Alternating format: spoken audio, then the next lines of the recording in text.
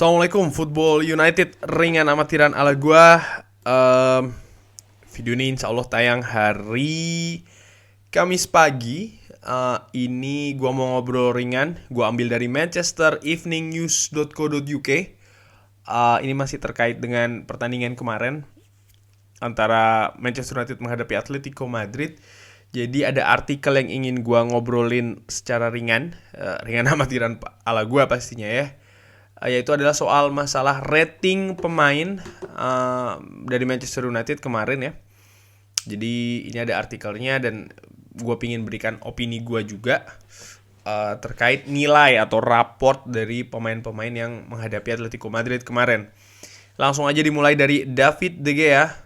Ini dinilai 6. Kalau seandainya nilainya kan 1 sampai 10. Nilai 6. Kalau tengah-tengah tuh berarti 5 ya. Gue setuju, gue sepakat nilainya 6 karena David De Gea sempat membuat beberapa penyelamatan. Di babak pertama jelas ada satu dari Rodrigo de Paul. Lalu memang betul gol itu dia tidak bereaksi karena menurut gue dia tidak menduga bolanya diarahkan ke tiang dekat oleh Renan Lodi pada saat itu. Tapi menurut gue serangan dari Atletico Madrid juga tidak begitu deras. Artinya banyak serangan itu sudah di cover atau di eliminir oleh lini belakang ataupun bahkan lini tengah dari Manchester United, yang membuat sebenarnya David De Gea memang bukannya tidak bekerja keras. Dia ada beberapa melakukan save tapi tidak sebanyak di pertandingan-pertandingan lain, yang contoh ketika Manchester United kalah di beberapa pertandingan yang lain ya. Jadi menurut gue nilainya 6. Sepakat gue, Manchester Evening News kasih 6, gue juga 6. Diogo Dalot ini dinilai 4.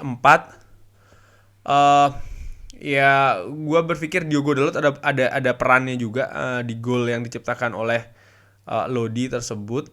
Sekalipun bukan dia faktor satu-satunya ya, pemain lain pun juga ada. Sebut saja Harry Maguire juga ada peran di sana. Tapi yang gue lebih sorotin adalah peran Diogo Dalot di sektor penyerangan dari Manchester United, karena secara defensif banyak tercover oleh lini tengah, artinya Scott McTominay, Fred, dan juga back tengah dari Manchester United, baik itu Rafael Varane maupun juga Harry Maguire.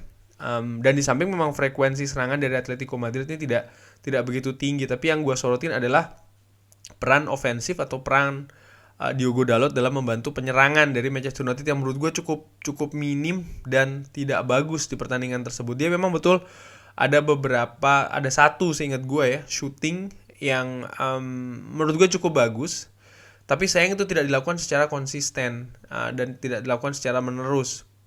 Crossing tidak cukup banyak dilakukan oleh Diogo Dalot, dan gue menilai sektor sayap Manchester United juga tidak optimal, dan salah satu penyebabnya kalau menurut gue ringan amatiran ya karena penampilan Diogo Dalot yang kurang begitu bagus. Dan Diogo Dalot ini dinilai 4 oleh Manchester Evening News. Gue sepakat, Diogo Dalot juga gue nilai 4. Rafael Varane ini dinilai 7.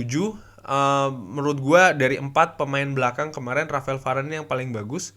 Bagaimana dia membaca bola, membaca pergerakan pemain, mampu mengcover juga dengan bagus, memotong bola dengan bagus. Sempat ada 1-2 kali dia melakukan overlap ke depan juga menurut gue cukup bagus. Dalam membaca situasi secara keseluruhan di lini belakang pun juga gue pikir dia bermain bagus kemarin, memberikan rasa aman sebenarnya di lini belakang ketika Atletico Madrid melakukan serangan, utamanya serangan balik yang inginnya dilakukan secara cepat. Tapi itu tadi Rafael Varane cukup jeli lah untuk membaca hal-hal tersebut. Dinilai 7, gue pun juga sepakat nilainya 7. Lalu Harry Maguire dinilai 4 oleh manchestereveningnews.co.uk. Gue sepakat, gue nilai 4 juga karena berperan dalam gol dari Atletico Madrid, Renan Lodi. Lalu juga terlalu banyak kesalahan yang ditimbulkan oleh pergerakan dia sendiri. Ada satu aksi yang gue masih ingat di lini belakang ketika dia menerima umpan dari David De Gea, contohnya bukannya di disapu bolanya, tapi justru dikembalikan ke David De Gea, yang pada saat itu David De Gea kalau tidak salah ada dua pemain dari Atletico Madrid dengan jarak yang cukup dekat melakukan pressing ke David De Gea, dan bahkan David De Gea sampai ikut berteriak seakan memarahi Harry Maguire. Gua berpikir penampilan Harry Maguire kali ini tidak sebagus ketika menghadapi Tottenham Hotspur, di mana ketika menghadapi Tottenham Hotspur dia lebih kokoh walaupun dia mencetak gol bunuh diri, tapi menurut gua gol tersebut tidak murni salahnya Harry Maguire, karena pada saat itu dia tidak punya pilihan banyak ketika menghadapi Tottenham Hotspur. Dia berusaha untuk memotong bola dan sayangnya bolanya justru masuk ke gawang sendiri. Tapi ketika menghadapi Atletico Madrid kemarin, dia sering melakukan kesalahan sendiri, dan beberapa kesalahan itu berpotensi menjadi fatal sebenarnya. Bahkan juga peran dari Harry Maguire ketika membangun serangan build up dari bawah tidak begitu bagus juga di pertandingan kemarin. Jadi menurut gue nilai 4, gue sepakat. Satu lagi, ketika Manchester United memiliki bola mati, corner contohnya, tidak ada aksi-aksi yang berbahaya yang ditimbulkan atau diperoleh oleh Harry Maguire. Jadi secara defensif dan juga secara ofensif perannya sangat minim sekali. Nilai 4 gue sepakat. Alex Telles di nilai 4, gue sepakat ya, walaupun mungkin lininya tidak sebocor Diogo Dalot, tapi transisinya menurut gue cukup lambat dari menyerang ke bertahan ataupun dari bertahan ke menyerang. Beberapa kali berusaha untuk naik ke depan membantu serangan, overlap juga, tapi sekali lagi kontribusinya cukup minim di sektor sayap kiri, utamanya dalam hal penyerangan. Gua nggak tahu kenapa Alex Telles yang biasanya cukup rajin memberikan umpan-umpan silang secara akurat, kemarin tidak cukup sering dilakukan. Jadi sektor sayap, terutama sayap kiri ya, itu kurang berperan dari seorang Alex Telles. Jadi menurut gua ya kontribusinya cukup minim. Pun juga ketika bertahan lebih banyak terbantu karena cover yang cukup bagus dari lini tengah ataupun dari back tengah utamanya Rafael Varane. Jadi menurut gue nilainya 4 atau mungkin 5 lah ya Alex Telles kalau dengan amatiran ala gue. Scott McTominay di nilai 4, gue kurang sepakat. Scott McTominay gue nilai 5 karena di babak pertama memang perannya di lini tengah lebih kelihatan seorang Fred, tapi menurut gue bagaimana coverage atau covering dari seorang Alex Telles dari seorang Scott McTominay ini cukup bagus di lini tengah, kayak berbagi tugas. Scott McTominay yang lebih berkonsentrasi ke membantu pertahanan, posnya dia itu di lini tengah cenderung agak ke belakang, sementara Fred agak lebih leluasa dengan bisa tampil ke depan. Tapi mungkin ini kan dinilai 4 ya Scott McTominay oleh Manchester Evening News. Kalau menurut gue antara 4 atau 5. Sekali lagi dari sisi defensif dia cukup bagus, utamanya di babak pertama. Dan kalau di babak kedua memang lebih jarang karena memang Atletico Madrid lebih dalam ketika bertahan, dan ini mengakibatkan dalam tanda kutip seakan-akan lini tengah ini dikuasai banget oleh Manchester United. Ya bagaimana tidak dikuasai, pemain tengah dari Atletico Madrid juga konsentrasinya lebih turun lagi membantu pertahanan. Tapi di babak pertama kalau gue lebih menyoroti lagi-lagi peran Scott McTominay dalam membantu serangan atau membantu membuka ruangan di lini pertahanan Atletico Madrid yang tampil cukup ketat. Tidak cukup banyak perannya di sana, seperti kayak ragu-ragu. Gua nggak tahu apakah ini memang strategi atau memang instruksi dari Ralf Rangnick, atau memang dia yang kurang berani untuk naik ke depan ya, masuk lebih dalam lagi ke daerah pertahanan Atletico Madrid. Di partai-partai sebelumnya Scott McTominay ini tidak ragu-ragu untuk ikut masuk, bahkan sering mengancam dengan shoot jarak jauhnya, yang sayangnya di pertandingan kemarin ini tidak keluar ya solusi tersebut. Jadi menurut gue mungkin 5 Scott McTominay. Fred dinilai 6. Menurut gue mungkin bisa 6 bisa 7. Di babak pertama tampil sangat luar biasa Fred ini. Pergerakannya sangat cair. Kontribusinya baik itu memutus rantai serangan Atletico Madrid di tengah, sering berhasil, tacklingnya, pressingnya pun juga sangat aktif, pun juga pandai sekali dia ke depan untuk mengisi ruang-ruang kosong, bahkan tidak ragu-ragu untuk melakukan penetrasi yang sebenarnya dibutuhkan oleh Manchester United. Dan seharusnya menurut gue ini banyak atau harusnya sering dilakukan oleh pemain-pemain penyerang ya, baik itu penyerang sayap maupun penyerang tengah dari Manchester United, yang justru dilakukan oleh Fred. Ada sebuah gerakan Fred ya, penetrasi di babak pertama, kalau tidak salah di daerah sebelah kanan Atletico Madrid atau sebelah kiri dari Manchester United di dalam kotak penalti Atletico Madrid, yang diakhiri oleh crossing yang sayangnya masih belum menemui sasaran. Tapi menurut gue hal-hal demikian nih harusnya sering dilakukan oleh Manchester United mengingat ketatnya pertahanan Atletico Madrid. Tapi justru Fred yang melakukannya. Dan gue sebenarnya mempertanyakan kenapa Fred yang diganti di babak kedua. Karena apakah masalah fisik, tapi gue gak yakin masalah fisik ya. Ya karena Fred menurut gue bermain cukup bagus di pertandingan kemarin menghadapi Atletico Madrid. Jadi menurut gue 7 untuk Fred. Dan yang menarik adalah Fred di beberapa pertandingan terakhir sebenarnya penampilannya semakin lama semakin bagus, semakin terlihat kontribusinya. Cukup berbeda dengan Fred di awal musim ataupun Fred di musim lalu. Penampilan Fred paling tidak kalau kita lihat dari semenjak Ralf Rangnick ini hadir di Manchester United. Jangan lupa dia juga sudah mencetak gol dimulai dari ketika menghadapi Crystal Palace, kalau tidak salah gol tunggalnya. Maksud gue adalah ketika Ralf Rangnick datang ya, dan juga beberapa assist, termasuk juga assistnya kemarin ketika Manchester United menang menghadapi Tottenham Hotspur. Jadi menurut gue Fred sedang dalam form terbaik. Mudah-mudahan jeda yang cukup lama nih 18 hari kurang lebih ya tidak membuat penampilannya drop. Tapi kemarin gue nilai Fred 7. Anthony Elanga dinilai 5. Anthony Elanga di babak pertama nyaris tidak terlihat kontribusinya. Sempat beberapa kali dia melakukan penetrasi, ada yang kena mukanya Jan Oblak tendangannya, tapi tidak secara konsisten stabil dilakukan di paling tidak di babak pertama. Pun juga di babak kedua dia sempat membuka peluang di awal-awal babak kedua, sesuatu yang menurut gue harusnya lebih sering dilakukan oleh Elanga, tapi tidak stabil di pertandingan tersebut. Gue nggak tahu ya apakah dia tidak memiliki support terutama di sektor kanan ya, karena Diogo Dalot gue nilai tidak bermain optimal. Tapi yang jelas penampilannya kurang apa ya, kurang mantep, kurang tajam, tidak seperti penampilan pertama di Metropolitano di Madrid.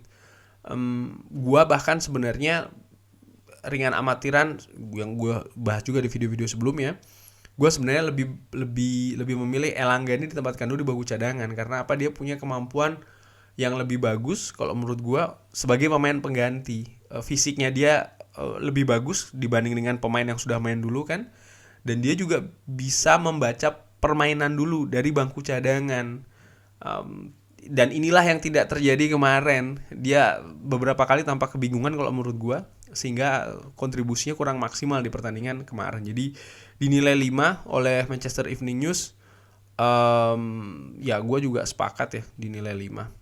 Bruno Fernandes dinilai 5 oleh Manchester Evening News.co.uk. Gue sepakat, Bruno Fernandes juga 5. Di babak pertama perannya sangat tidak banyak ya, tidak banyak pegang bola. Pun ketika banyak pegang bola juga gue nggak tahu, kayak kreativitasnya tidak seperti biasanya. Bola-bola matinya pun juga demikian. Tampak juga dia kesulitan untuk lepas dari pengawalan pemain Atletico, sehingga perannya tidak begitu terlihat di pertandingan kemarin. Padahal sebenarnya gue sempat berharap Bruno Fernandes, karena sudah sempat diistirahatkan kan ketika menghadapi Tottenham dia tidak main. Gue harapkan sih dengan paling tidak fisik yang lebih bagus dia bisa lebih banyak lagi kontribusinya. Ada satu shooting di akhir babak pertama yang menurut gue cukup bagus, cuman sayangnya tidak diulangi lagi nih di babak kedua paling tidak. Bahkan agresivitasnya kalau menurut gue ringan amatiran, tidak sebagus di babak pertama. Sekali lagi, walaupun di babak pertama dia jarang dapat bola, tapi dia gue nilai lebih tajam lah di babak pertama daripada babak kedua. Jadi ini nilai 5, which is kalau 5 itu adalah so-so ya, standar saja, tidak ya nilai tengah ya 1 sampai 10 kan. Tengah-tengahnya 5, gue sepakat, gue juga 5. Jadon Sancho dinilai 4. Menurut gue nilainya 5 langsung aja. Sempat ada beberapa pergerakan utamanya di babak pertama ya. Cukup bagus, cukup tajam. Di babak kedua banyak juga serangan utamanya ketika transisi dari bertahan ke menyerang ya. Pemain-pemain Manchester United, bola ini diarahkan ke Jadon Sancho. Cuman menurut gua ada banyak apa ya? Ada dua hal sih. Nomor satu adalah kesalahan keputusan. Ketika dia sudah mendribling, ada beberapa momen yang menurut gua dia ragu-ragu, akhirnya dia salah keputusan. Harusnya bola sudah dilepas ya, entah itu dikasih crossing ataupun di shooting langsung, tapi sebenarnya dia masih juga digiring. Akibatnya apa? Pergerakannya ditutup oleh pemain Atletico Madrid yang lain. Di bola possession, artinya ketika Manchester United berusaha untuk masuk ke daerah Atletico Madrid, utamanya di babak kedua, di sektor sayap, utamanya sayap kiri, sering mengalami kebuntuan Jadon Sancho. Karena memang Atletico Madrid juga menempatkan 2 bahkan sampai 3 pemain di sektor sayap untuk menutup sektor tersebut supaya tidak dimasuki lebih dalam oleh para pemain Manchester United. Nah, disinilah terlihat peran Jadon Sancho yang sangat-sangat minim sekali. Sehingga sektor sayap utamanya lagi-lagi di babak kedua ini seakan tidak ada kontribusinya atau minim kontribusinya, baik itu berupa crossing maupun juga penetrasi. Dan dari sudutnya atau posisinya Jadon Sancho di sebelah kiri, jadi gua nilai 5 karena sangat so-so banget. Cristiano Ronaldo dinilai 5. Ya menurut gua sepakat juga. Di babak pertama tampak cair pergerakan dari Cristiano Ronaldo, turun ke tengah menjemput bola, ikut pressing juga. Ketika dia turun ke tengah juga, maksudnya seperti ketika menghadapi Tottenham ya, diharapkan ada pemain yang mengisi posisi dia di depan, karena kan dia pasti akan sebagai decoy atau paling tidak ada pemain belakang dari Atletico Madrid yang ikut ketarik dengan pergerakan Cristiano Ronaldo yang turun ke tengah. Tapi ternyata tidak maksimal ya. Sebenarnya momentum penyerangan dari Manchester United itu banyak atau lebih tajam di 15 atau 20 menit awal babak pertama. Tapi setelahnya, terutama di babak kedua, tidak begitu banyak momentum yang didapatkan oleh Cristiano Ronaldo. Di samping karena minimnya support, juga Cristiano Ronaldo dikawal betul ya. Dia punya pengawal pribadi, pemain dari Atletico Madrid. Dinilai 5, gua sepakat. Paul Pogba dinilai 5, sepakat. Menurut gua nyaris tidak ada impactnya juga Paul Pogba. Marcus Rashford dinilai 4, sepakat juga. Ya gua sih masih tetap berpegang ke pendapat gua, ringan amatir karena subjektifnya gua. Kalau seandainya Marcus Rashford ditampilkan dulu baru Elanga setelahnya, mungkin bisa jadi ada perbedaan di sana, bisa jadi mungkin ya, tapi kita nggak tahu. Nemanja Matic dinilai 5. Mungkin kalau buat gue Nemanja Matic gue nilai 6 karena setelah dia masuk terlihat Manchester United lebih determinasinya lebih tinggi, agresivitas juga lebih tinggi utamanya di lini tengah.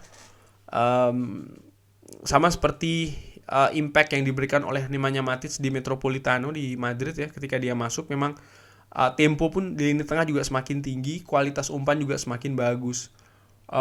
Sebenarnya gue berpikir harusnya mungkin Nemanja Matic ditampilkan lebih awal, bahkan mungkin dari awal babak kedua ya, cuman ternyata Ralf Rangnick memiliki keputusan yang berbeda. Edinson Cavani dinilai 4, mungkin buat gue nilainya justru 3 karena tidak begitu banyak impact yang terjadi oleh masuknya Edinson Cavani. Dan ini yang gue khawatirkan, yang gue singgung di preview juga, bahwasannya Edinson Cavani sepertinya di pertandingan-pertandingan yang yang dia baru saja selesai dari cedera ini ya, pertandingan-pertandingan terdekat ini, Tottenham Hotspur dan juga Atletico Madrid, ini tidak bisa diandalkan sebagai pemain yang bisa memberikan solusi dari bangku cadangan, karena tampak sekali dia ketika baru selesai cedera ini ball feelingnya itu belum seperti sebelum dia cedera, sehingga kontribusi itu sangat minim dan menurut gue tidak bisa dijadikan semacam kayak senjata rahasia atau super sub, katakanlah demikian, ini tidak bisa. Dan gue ulangi lagi, menurut gue sih yang bisa di set up sebagai super sub ya sebenarnya Anthony Elanga itu tadi, cuman dia sudah dimainkan dari menit awal kan. Dan terbukti memang Edinson Cavani tidak banyak banget kontribusinya setelah dia masuk. Terakhir Juan Mata dinilai 5. Ini yang gue tidak mengerti ya. Ralf Rangnick menarik Bruno Fernandes digantikan Paul Pogba, tapi memasukkan juga Juan Mata, di mana posisinya sebenarnya sama. Di sisi lain ini memperlihatkan memang kedalaman squad tidak cukup bagus. Praktis kita tidak punya pemain penyerang lagi yang ada di bangku cadangan yang bisa membantu daya ofensif kita. Mason Greenwood tidak ada, Amad Diallo tidak ada, bahkan Donny van de Beek pun juga tidak ada kan. Itu walaupun Donny van de Beek sebenarnya pemain tengah, tapi paling tidak Anthony Martial juga tidak ada, sehingga akhirnya pemain seperti Juan Mata ini dimasukkan karena menurut gue murni bukan ingin supaya ada pemain seperti kayak Paul Pogba di posisinya Paul Pogba, ada 2 orang, enggak sih. Menurut gue sih murni karena memang tidak ada pilihan lagi pemain ofensif yang bisa dimasukkan dengan harapan memberikan impact atau perubahan, menambah momentum ya. Dan itulah yang terjadi, tidak ada sama sekali karena menurut gue ya memang sudah berbeda sih ya Juan Mata. Jadi dinilai 5 gue sepakat. Manajernya Ralf Rangnick dinilai 5. Menurut gue sih nilainya 4. Dimulai dari kesalahan line up dulu, yang ini ringan amatiran ala gue. Sekali lagi ini subjektifnya gue paham betul Ralf Rangnick dan tim kepelatihannya yang lebih mengerti keadaan tim. Tapi gue dari sofa, dari layar kaca, yang gue nilai adalah, ya sekali lagi gue pakai faktor subjektifnya gue nilai 4 Ralf Rangnick ini. Karena ya itu tadi kesalahan penentuan starting line up, Elanga dengan Marcus Rashford, Bruno Fernandes yang tidak sesuai dengan harapan penampilannya. Pun di babak kedua menurut gue pergantian yang dilakukan ini telat. Kebanyakan pergantian dilakukan di atas menit 65. Padahal dari awal babak kedua sudah terlihat Atletico Madrid low block banget. Dia sudah 1-0, mereka lebih banyak menumpuk. Jadi menurut gue kenapa tidak diadakan perubahan itu dari menit ke-46. Di pertandingan-pertandingan lain di Champions League musim ini ya, ketika Manchester United tertinggal, pada saat itu keputusan langsung dilakukan dari menit ke-46 dan impactnya memang kita bisa membalikan keadaan, tapi ini tidak dilakukan. Terlihat menurut gue Ralf Rangnick telat mengambil keputusan. Kalau dia dibilang dia tidak berani mengambil resiko, tidak, dia berani mengambil resiko. Lihat saja pergantian-pergantian yang dilakukan, itu kan pergantian-pergantian penuh resiko sebenarnya, tapi dia tidak berani mengambil resiko yang lebih. Jadi ada menyisakan sisi safe, padahal Manchester United sudah tertinggal itu menurut gue. Dan ini babak knockout loh ya, bukan cuman lagi di fase grup ini di babak knockout, tapi dia tidak bernyali besar untuk melakukan perubahan dari awal babak kedua. Jadi menurut gue nilai dari Ralf Rangnick ini 4. Kurang lebih demikian. Ringan amatiran ngobrolin soal masalah rating pemain. Ini artikel ini gue ambil dari manchestereveningnews.co.uk. Kalau teman-teman di rumah punya pendapat lain soal rating pemain kemarin, bisa drop di kolom komen.